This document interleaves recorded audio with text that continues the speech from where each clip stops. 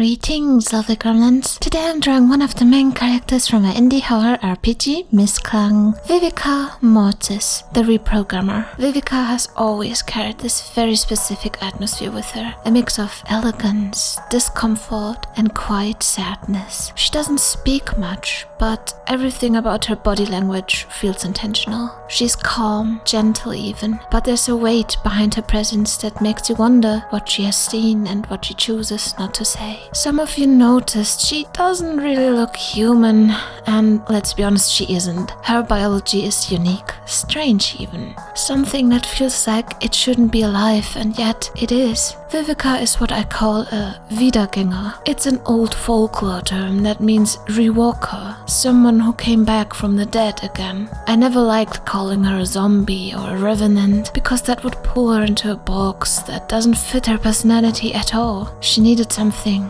different. Something that felt more tragic and more mysterious. Wiedergänger became the perfect word for her. There will be a full video where I explain the Wiedergänger in detail, their lore, their rules, their nature, all of that. But for now, I want Vivica to stand as she is, a being who exists in between. Not alive, not dead, not monstrous, but also not safe. Vivica's name is also a story in itself. I got the name from the song Vivica by Jack of Jill.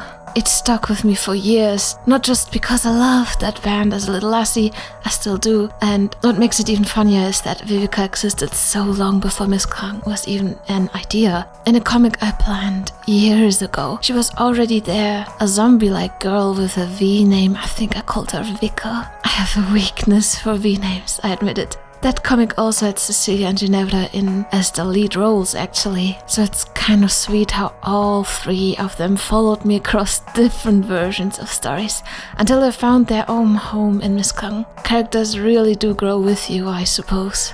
Vivica herself is meant to feel like a still moment in their chaotic world, a person who is holding everything together quietly, even when she's crumbling inside. She has a softness to her face, strange tenderness, but her posture and movement show precision, almost like she's conserving energy or staying ready for something at all times. She's observant, she's controlled. She reacts with eerie calmness that gives you the feeling she always knows more than she lets on. I wanted her to be beautiful, in a way that feels wrong. Not uncanny in a monster-ish way, but uncanny in a poetic way. Something graceful that just shouldn't exist. Vivica is the kind of character who doesn't need to tell her past. You feel it in her silence. So, what do you think? Would you trust Vivica to do the right thing and help her in her cause? Leave me some love in the comments and drop a wilted rose emoji if you made it this far. Bye!